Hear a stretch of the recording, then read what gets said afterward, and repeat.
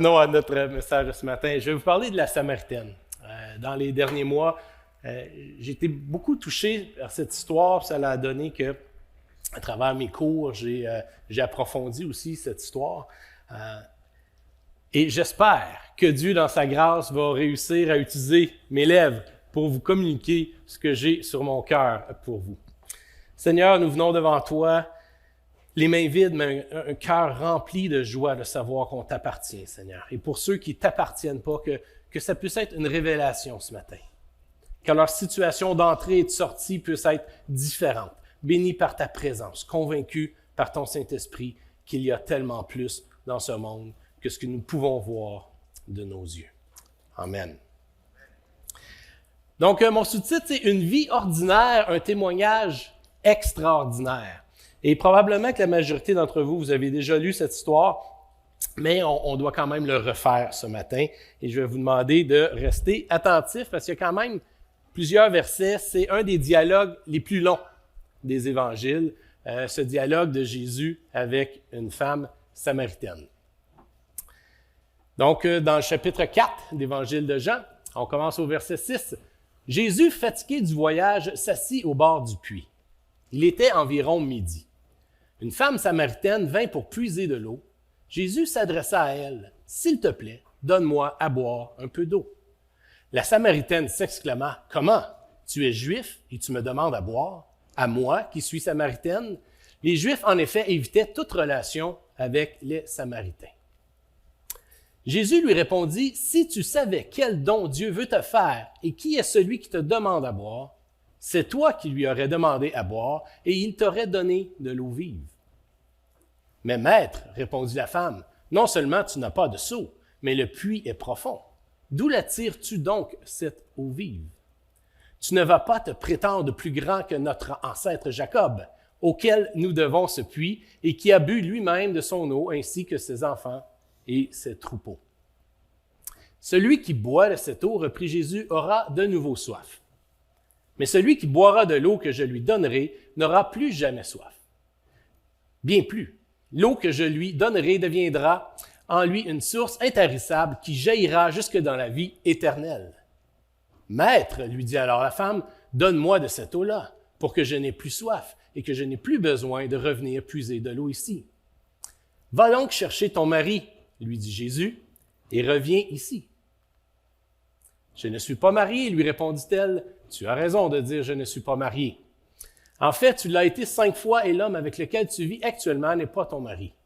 Ce que tu as dit là est vrai. Maître, répondit la femme, je le vois, tu es un prophète. On fait un saut au verset 25. La femme lui dit, je sais qu'un jour le Messie doit venir, celui qu'on appelle Christ. Quand il sera venu, il nous expliquera tout.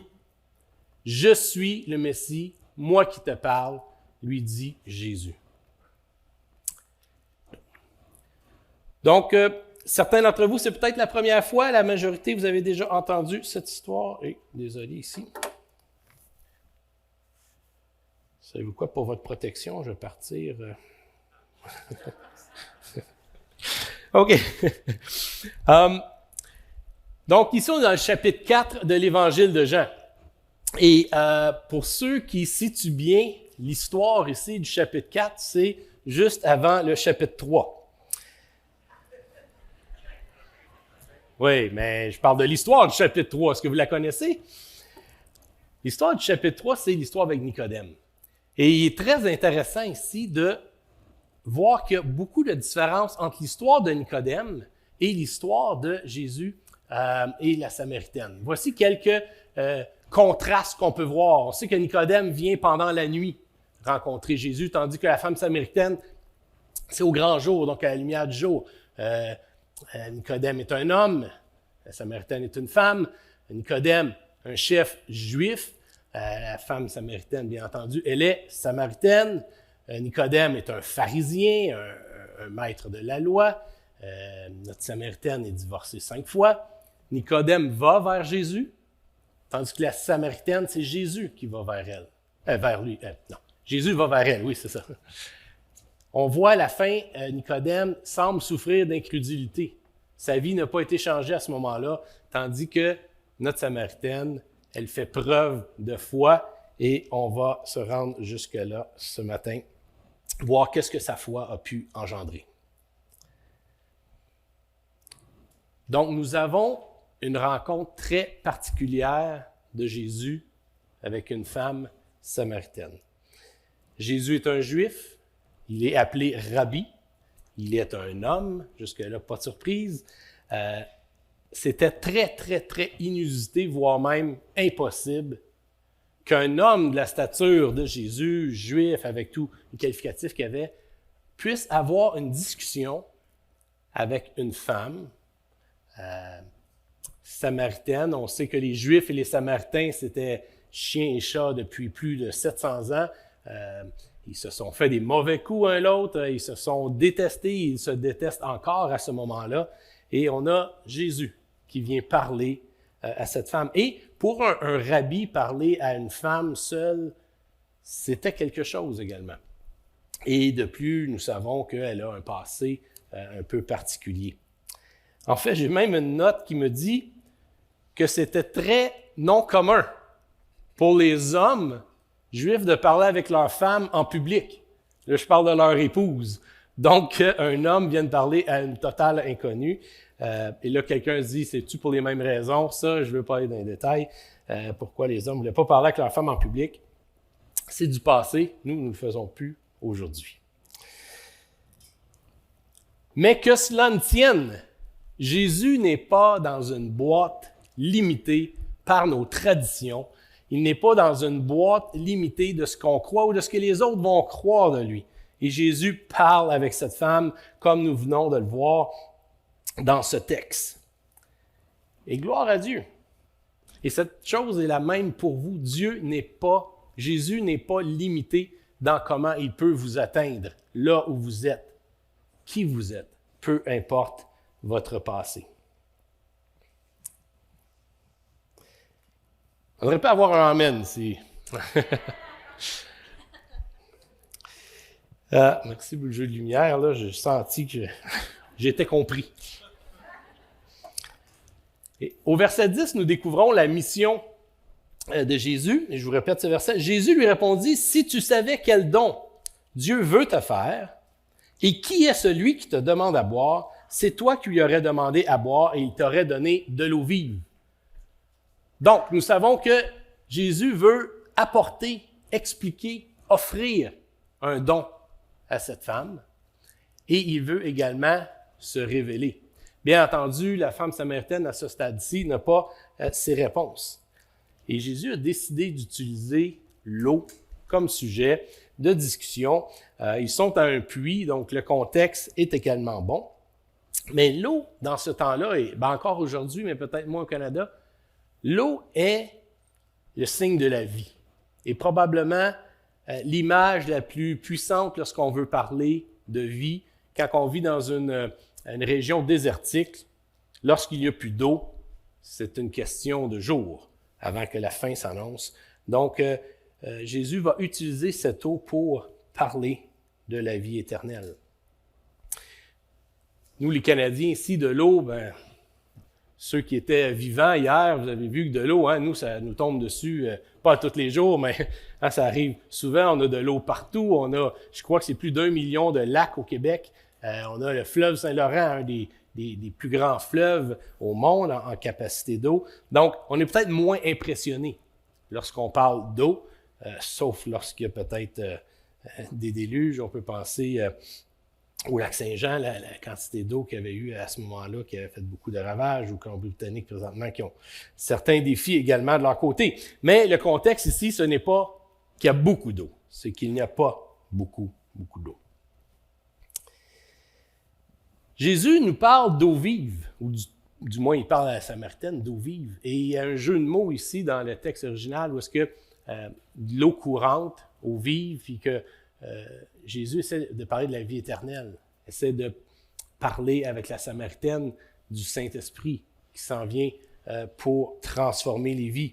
On voit que la Samaritaine ne comprend pas exactement toutes les nuances dont Jésus parle, mais il se construit quelque chose en elle. Il a sa curiosité. Et elle commence à le questionner en lien avec cette eau.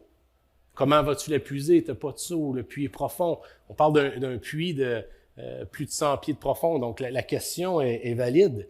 Les questions de la Samaritaine sont bonnes dans le contexte qu'elle est et de sa compréhension à ce moment-là. Et il y a un bout intéressant, elle vient même à demander à Jésus, « Serais-tu plus grand que Jacob? »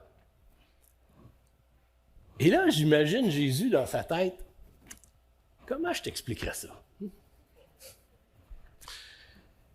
Nous, on connaît l'histoire, hein, on la lit de l'extérieur, on a déjà probablement tout lu le Nouveau Testament, peut-être toute la Bible, on a probablement déjà entendu des messages là-dessus, mais elle est devant le puits qui a alimenté son village, sa ville, depuis des siècles et des siècles. Ce puits-là a au moins 1700 ans, il est source de vie pour le coin, c'est le symbole de la vie de cette ville-là et ce puits-là. Donc, sa question est encore justifiée. Serais-tu plus grand que Jacob pour dire que tu as cette eau extraordinaire à m'offrir? Et Jésus, doux de cœur, comme toujours, va l'amener un peu plus loin. Et à travers son offre, il offre un espoir éternel. Un espoir d'éternité, que celui qui va recevoir cette eau, pour le reste de sa vie, n'aura plus soif de cette soif-là, une soif d'espoir, de questionnement, où est-ce que je vais? Et donc, Jésus est en train d'offrir le salut. Et si mes souvenirs sont bons, c'est la première fois que ce salut-là est offert aux non-juifs, du moins dans l'Évangile de Jean. Et petite parenthèse, cette histoire dans l'Évangile de Jean, c'est la seule place qu'on l'a dans les 4 évangiles, l'histoire samaritaine.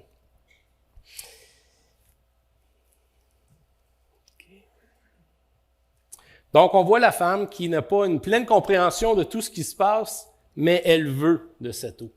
Son cœur est conquis par les paroles de Jésus. Et Jésus vient de répondre à la première question. Ah, je ne l'avais pas remis ici. Dieu veut lui offrir la vie éternelle. Jésus a été vers elle, elle est prête, Jésus le sait, il lui offre. Et qu'est-ce qui arrive ensuite? Pas trop vite. Ensuite, il y a une espèce de changement dans l'histoire où est-ce que elle est intéressée à voir cette eau-là, puis l'offre est intéressante, son cœur est touché. Mais Jésus a quelque chose d'autre avant d'aller plus loin. Et laissez-moi vous parler un petit peu de cette femme samaritaine. Nous ne savons pas énormément de choses à son sujet. Et nous savons toutefois ceci, et je crois que, moi je l'ai appelé l'événement spectaculaire de ce texte-là pour nous, les humains, les hommes et femmes. OK? Et pourquoi je l'appelle spectaculaire? C'est que probablement, là c'est sûr j'ai lu le texte avant, mais même si je n'avais pas lu le texte, à la question « Va chercher ton mari », qu'est-ce que la femme a répondu? « Je n'ai pas de mari. » Hein? On connaît tout ce bout-là d'histoire, c'est comme le... tu sais, s'il y avait un roman savon ou quelque chose comme ça, ça serait un punch, un quelque chose. Ah, pas de mari, marié 5 fois. Oh là là! Tu sais, c'est hors norme. Et j'aimerais qu'on parle un peu de cette femme-là avant d'aller trop loin et surtout avant de sauter aux conclusions. Donc, que savons-nous d'elle? Elle est samaritaine. Elle a eu 5 maris. OK, elle le confesse elle-même. Et nous savons que celui avec l'homme à qui elle vit à ce stade-ci de sa vie, ce n'est pas son mari. Qu'est-ce qui a pu l'amener à avoir 5 maris? La question est très pertinente et malheureusement, le texte ne nous donne pas d'informations supplémentaires à ce sujet-là. Fort possible. Une des meilleures hypothèses, du moins c'est celle que je préfère, cette femme-là est probablement, elle a probablement un empêchement, une impossibilité d'enfanter. Et on sait que le fait de l'homme d'avoir des enfants mâles pour perpétuer la famille, la lignée, c'est super très important et ça devenait une raison valable pour pouvoir avoir un divorce en règle, OK, pour ce temps-là. Et pourquoi qu'on en arrive là? À croire ça, nulle part ça nous parle qu'elle a des enfants, qu'elle a quelqu'un pour s'occuper d'elle. Elle est probablement, elle a été divorcée 5 fois. L'hypothèse qu'elle ne peut pas avoir d'enfant, pour moi, c'est celle qui saute la plus aux yeux. Car après la première fois, elle s'est quand même remariée et remariée et remariée et remariée. Donc, il y a quelqu'un qui devait avoir de l'espoir quelque part. Hein, pour son cas. Et certaines traditions nous disent que le nombre de mariages maximal pour une femme était 5. Donc, elle a atteint le maximum de toutes ses chances. Et vivant encore un peu d'espoir, probablement très amoindri, elle est avec un homme présentement qui n'est pas son mari, d'où le problème et le péché à ce stade-là dans sa vie. Bon, elle a probablement perdu énormément d'espoir. Nous voyons dans les quelques lignes qui vont suivre tantôt, elle a une discussion théologique avec Jésus au niveau de où est-ce qu'on devrait adorer, où est la vraie place pour adorer Dieu. On voit qu'elle a une certaine instruction. Je ne dis pas qu'elle est instruite comme une pharisienne, mais les femmes, à ce moment-là, l'instruction n'était quand même pas extrêmement commune. Donc, on voit quand même qu'elle est articulée, elle est capable d'avoir cette discussion-là. Et comme je disais tantôt, les questions qu'elle pose jusqu'à ce moment-là, ce n'est pas des questions de « ben voyons donc, t'arrives de où? » C'est des questions qui ont quand même du sens dans le contexte en fonction de ce qu'elle connaît. Et j'ajouterais qu'elle a une certaine crédibilité, nous allons le voir aussi dans quelques minutes, lorsqu'elle va retourner au village ou à sa ville. Il se passe quelque chose. Il se passe quelque chose de très puissant, donc j'en dis pas plus pour l'instant, mais les autres l'ont quand même écouté. Donc tout ceci m'amène à dire que je ne crois pas que la femme samaritaine est une femme d'extrême mauvaise vie ou quelqu'un qui est dans la prostitution ou une femme que tout le monde essaie de fuir pour des raisons évidentes. Okay? Et à quelque part, je dirais même qu'elle nous représente tous. Elle n'est pas juive, elle a des défis dans sa vie et elle essaie de... elle a suivi les lois pendant un certain temps, puis là, elle est rendue à un point dans sa vie qu'elle essaie de régler elle-même ses défis. Et ceci, je vais citer le pasteur Serge, au moins essayer de le paraphraser. Ah, manque d'espoir, excusez, c'était mon hypothèse, pour dire je crois qu'elle est vraiment dans un état qu'elle manque d'espoir pour sa vie et également pour le après de sa vie. Il y a quand même quelques années, pasteur Serge avait dit une phrase que j'ai paraphrasée ici, ça m'a quand même beaucoup parlé. L'image, lettre forte. Le péché est de faire notre propre volonté par manque de confiance en Dieu. Est-ce que Serge, je suis d'accord que c'est à peu près les mots que tu avais dit? Oui, il est d'accord. Yes. C'est enregistré, hein, donc c'est bien de... et je crois que notre femme samaritaine est dans cette situation-là présentement. Elle a probablement pas d'enfant, puis personne ne s'occupait d'elle. Elle est seule, elle a utilisé toutes ses chances d'avoir des maris et elle est dans une situation qu'elle essaie par ses propres moyens, même aller jusqu'au péché, essayer de régler sa situation. Et je pense que plusieurs d'entre nous, on peut avoir penser à ça et dire « Oh, est-ce qu'on parle de moi présentement? » Hein, on est dans une situation de notre vie où on a de la misère à faire confiance à Dieu et on essaie d'arriver à nos propres fins, par nos propres moyens et parfois même à ne pas vouloir obéir à Dieu dans le processus.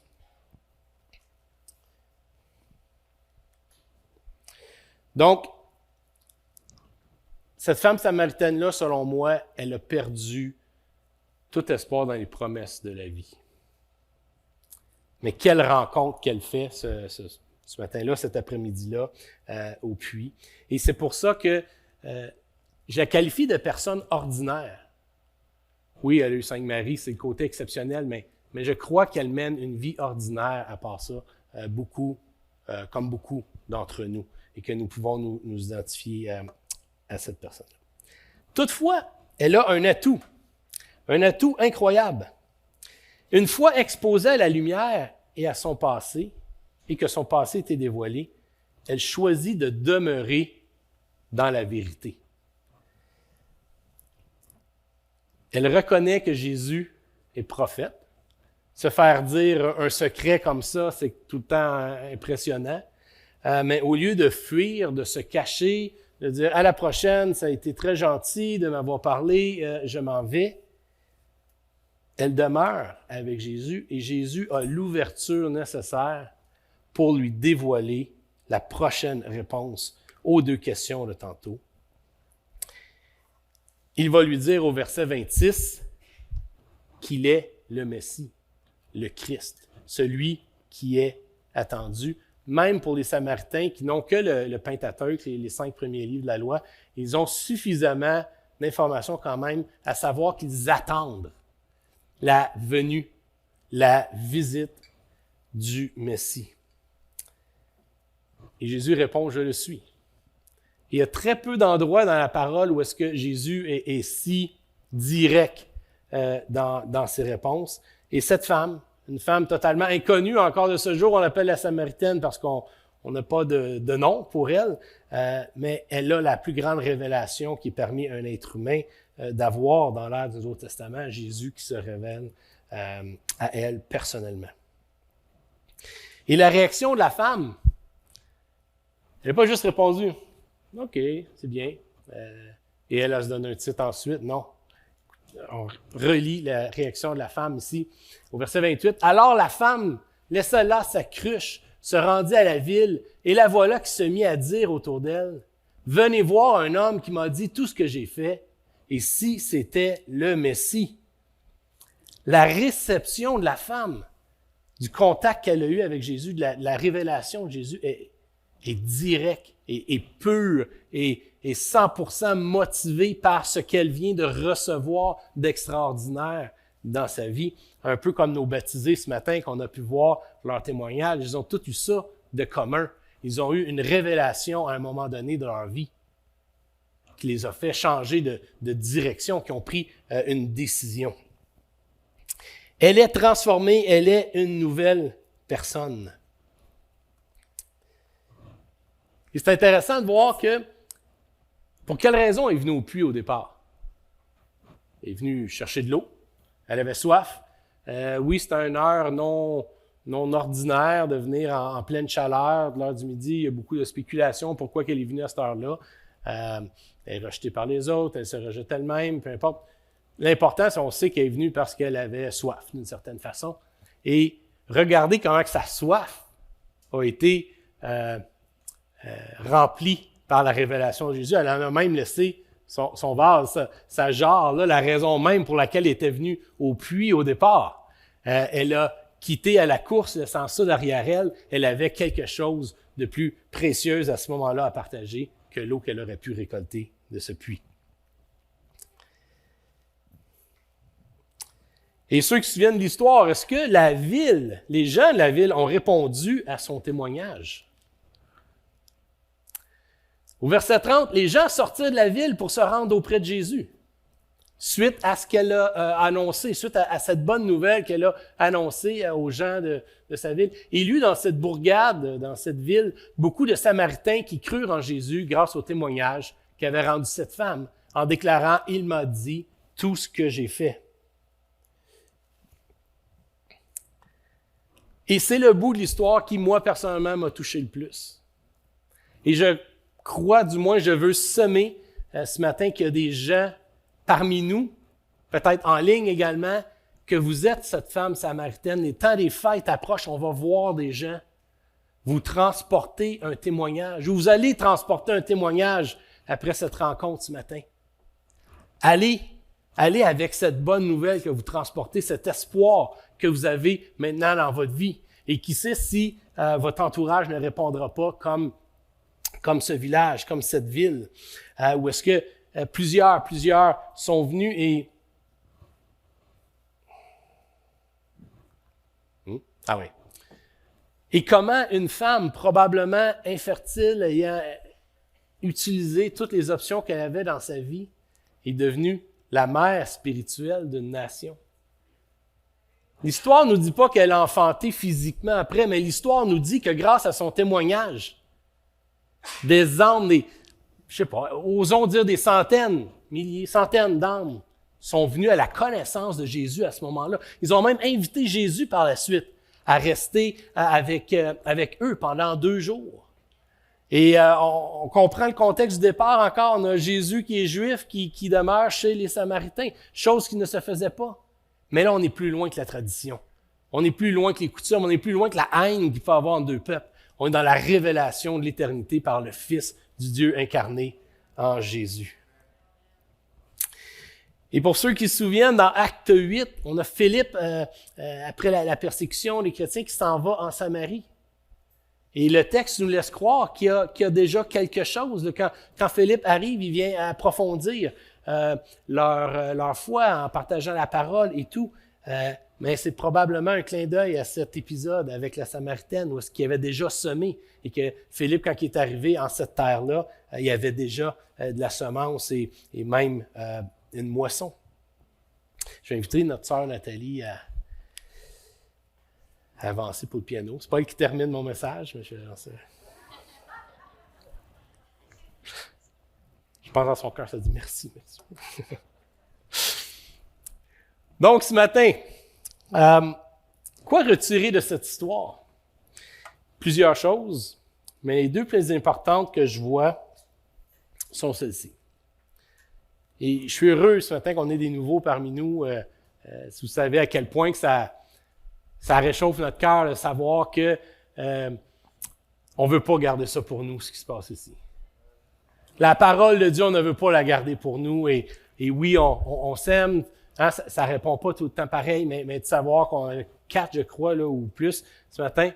Gloire à Dieu. Merci d'être venu. Vous faites la différence pour moi ce matin.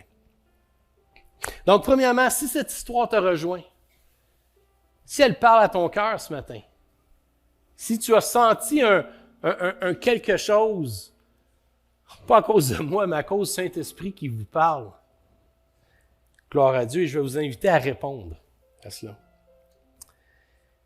La vie t'a peut-être déçu. Tu cherches peut-être pour plus. Tu as soif pour plus. Mais malgré tous tes efforts, même les efforts de ta vie qui ne glorifient pas Dieu, tu n'y arrives pas.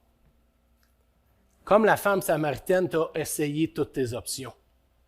Et tu sens que tu n'es pas encore arrivé. Tu n'es pas encore à la satiété d'une soif qui pousse en dedans de toi pour plus. Pour plus que qu'est-ce que cette vie peut t'offrir.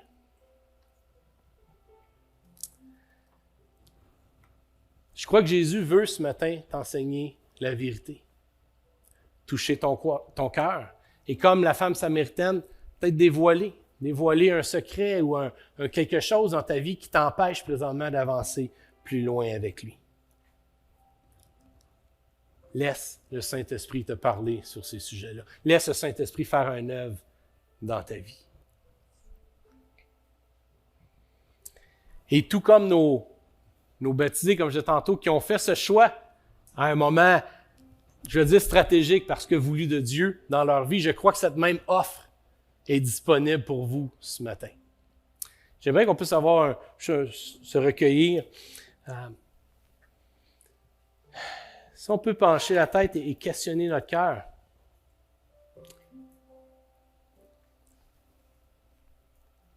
Si jamais la mort m'emportait aujourd'hui, j'irais où?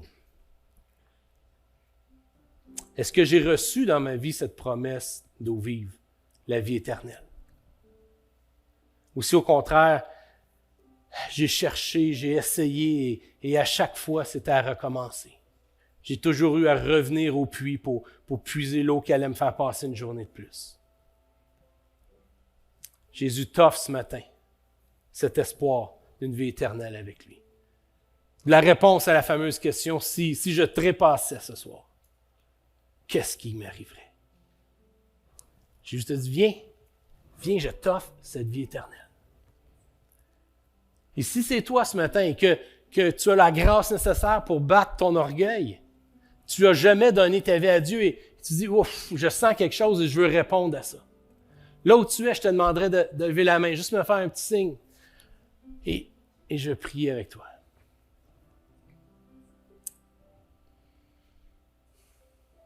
Merci, Seigneur, pour les cœurs que tu touches présentement. Ô Éternel, ton Saint-Esprit vient convaincre de notre état, qui demande à appartenir à toi.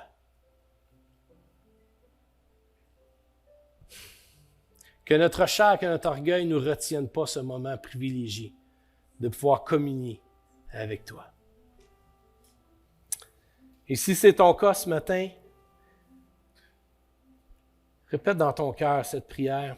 Seigneur Jésus, je viens devant toi comme je suis, indigne comme la femme samaritaine. Mais toi, tu rends digne. Toi, tu pardonnes. Par mes propres forces, je ne peux y arriver. C'est pourquoi je te remets ma vie, afin de recevoir cette eau vive, ce cadeau de la vie éternelle. Merci de te dévoiler, de montrer ta vérité dans ma vie, et j'accepte de changer mes voies pour tes voies. Amen. Et si c'est toi ce matin, par la parole de Dieu, ceci te confère la vie éternelle. Arrête, s'il vous plaît, à l'espace bienvenue à l'arrière, qu'on puisse se réjouir avec toi. Ou si tu as des questions, on est là pour t'aider à cheminer. Et avant de terminer, je pense que ce message couvre plus que couvre plus que le salut qui est extraordinaire. OK, mais j'aimerais en profiter pour vous tendre une perche. Ça fait des années que vous êtes chrétiens, des années que vous avancez, vous avez persévéré. Et Jésus vous dit, wow, vous êtes des héros ce matin. Mais même les plus grands héros, des fois, ont besoin d'être encouragés. Ont besoin que leur force soit, que les forces puissent revenir. Et j'ai une prière pour vous ce matin. Ma prière, c'est que vous soyez comme la femme samaritaine. Renouvelez dans votre révélation de qui est Jésus. Acceptez de vous détourner si quelque chose a réentré dans votre vie au cours des années. Que par le nom de Jésus, que vous puissiez avoir la victoire et que votre témoignage, gens ordinaires que nous sommes, que notre témoignage puisse être extraordinaire, comme cette femme samaritaine. Ou est-ce qu'au-delà de nos attentes et nos aspirations, des vies sont transformées? Pas à cause des paroles qu'on a dites, mais parce que Dieu fait une œuvre. Et des fois, on peut être la personne qui ouvre la porte à ce qu'un cœur soit touché, soit rencontré. Et vous allez peut-être semer, un autre va récolter. Gloire à Dieu. On est encore dans le cadre de la parole. Est-ce que ça parle à au moins une personne ce matin? Est-ce que quelqu'un dirait oui, OK? OK, on va prier.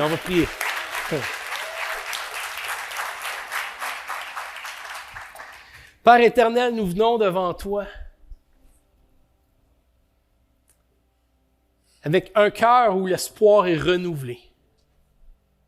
Nous voyons à travers le témoignage de cette femme qui est passée, Seigneur, de la noirceur à la lumière et instantanément, elle a mis en application, Seigneur.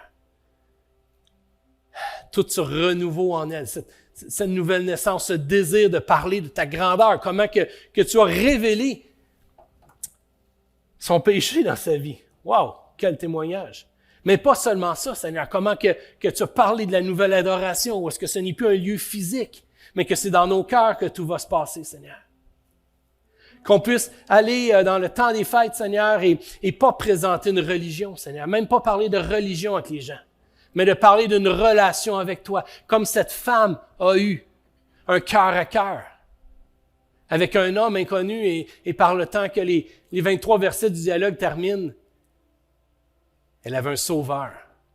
Et le texte nous dit plus loin, le sauveur du monde. Agrandis notre cœur, Seigneur, agrandis notre compréhension de ta compassion et de ton amour, afin qu'on puisse à notre tour porter du fruit, comme cette femme. Amen. Merci Église Fusion pour votre attention. Merci Nathalie.